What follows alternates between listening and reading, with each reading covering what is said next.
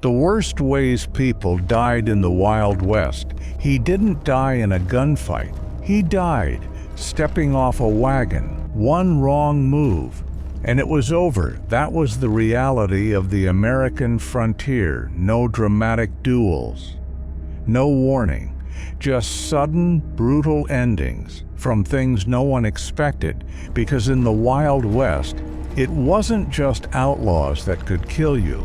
It was everything: the heat, the terrain, the smallest mistake at the worst possible time.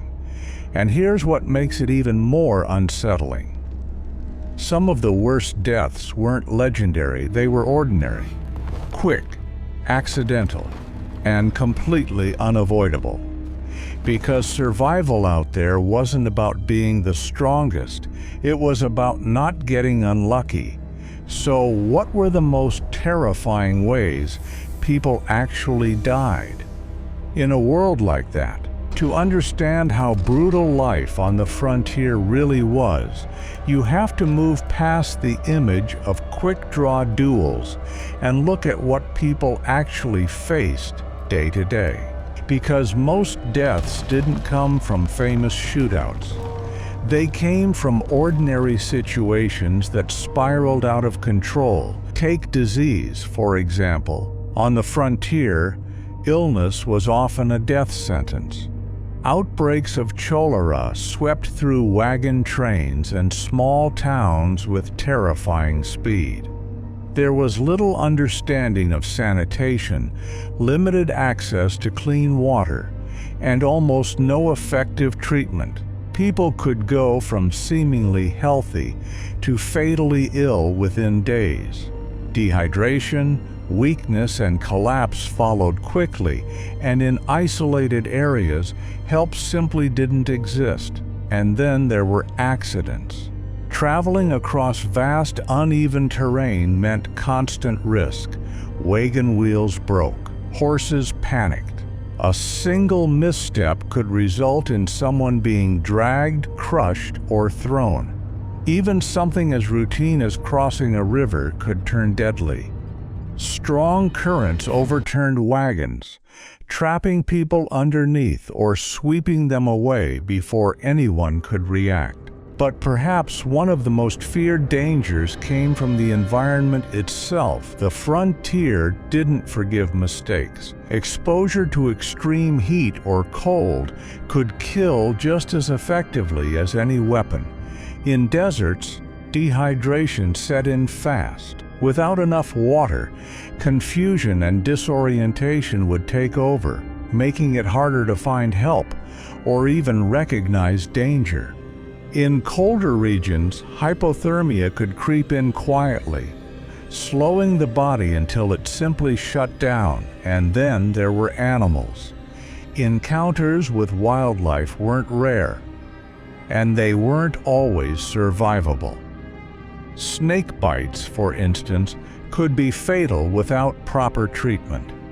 A single strike could lead to swelling, paralysis, and death. Larger animals pose their own risks. Injuries from kicks, trampling, or attacks often couldn't be treated properly in remote areas. But here's where it becomes even more unsettling.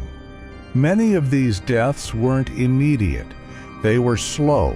Infections from even minor injuries could turn deadly. A small cut, if untreated, could become infected, spreading through the body.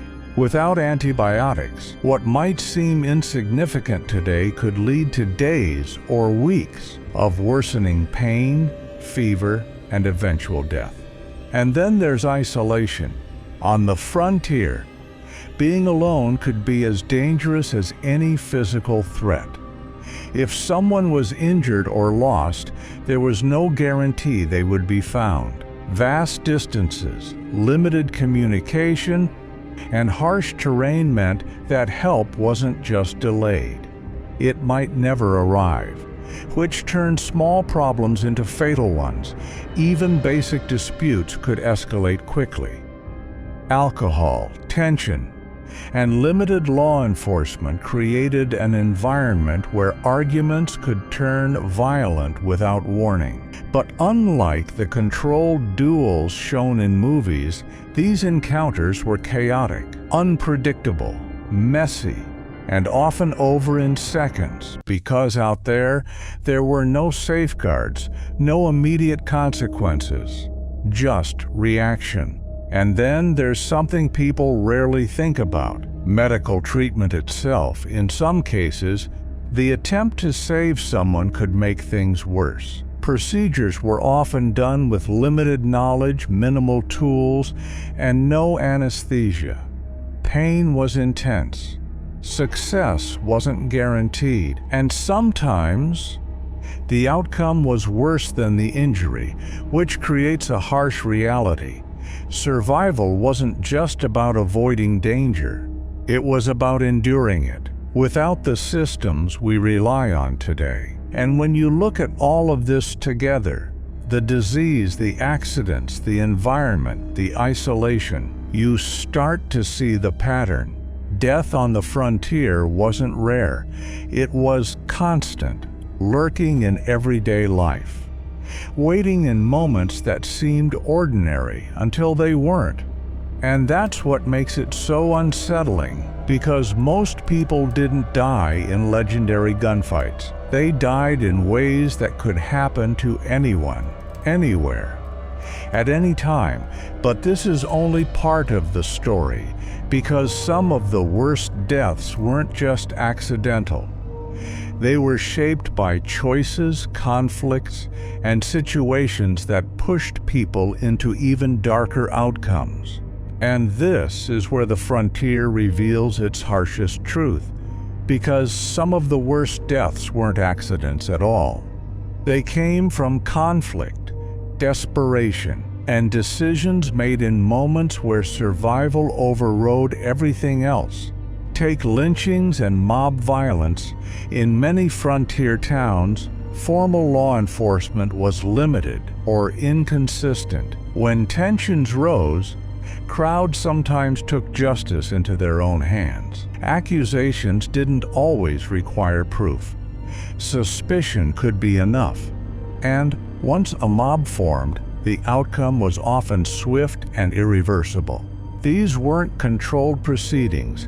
They were emotional, chaotic, and driven by fear, anger, or rumor, which means people didn't just fear criminals, they feared crowds.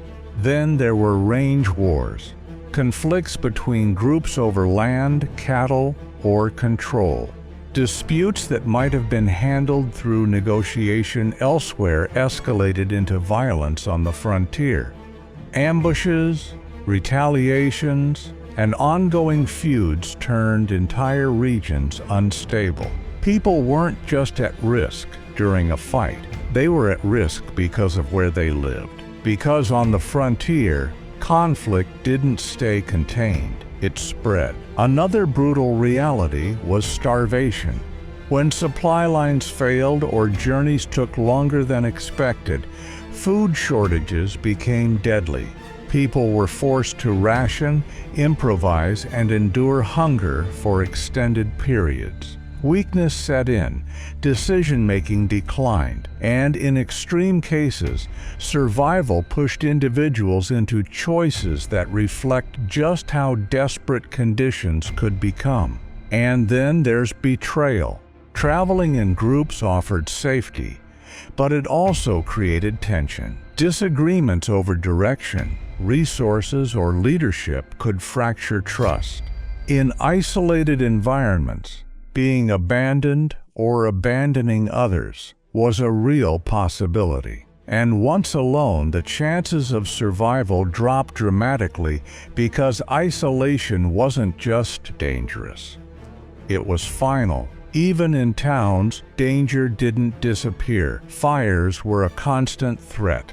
Buildings made of wood, close together, combined with open flames from lamps or cooking, created conditions where a single spark could spread rapidly. Entire sections of towns could be consumed before anything could be done. Escape wasn't always possible, and when it came to violence, it wasn't always dramatic. Sometimes it was sudden and close. Arguments in saloons, disputes over money, personal grudges, these could escalate quickly. Unlike the controlled duels often shown in films, real confrontations were messy. Shots fired at close range. Limited visibility, no clear rules. The outcome often depended on who reacted first or who was less affected by alcohol, fatigue, or stress. And then there's something even more unsettling: fear itself. Living in an environment where danger could come from so many directions, disease, accidents, people, nature, created constant tension. That tension influenced decisions, sometimes leading to overreactions or misjudgments that turned manageable situations into fatal ones. Because when you expect danger everywhere, you start to see it everywhere, and sometimes that perception becomes its own risk. When you step back and look at the full picture, one thing becomes clear.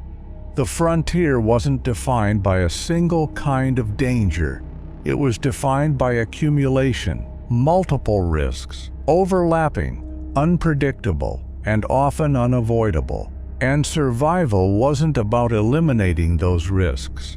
It was about navigating them, knowing that at any moment, something could go wrong. Which is why so many deaths weren't heroic.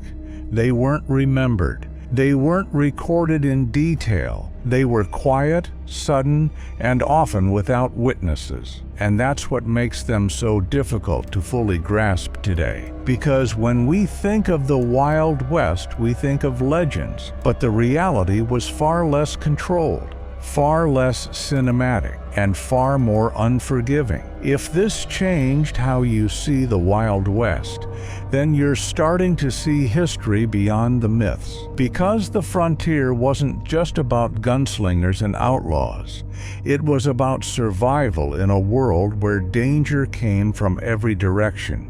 If you want more real, raw, and untold stories from history, the ones that reveal what life was actually like, make sure you subscribe and stay with us, because the deeper you go, more you realize. History isn't just what we remember. It's what most people didn't survive to tell.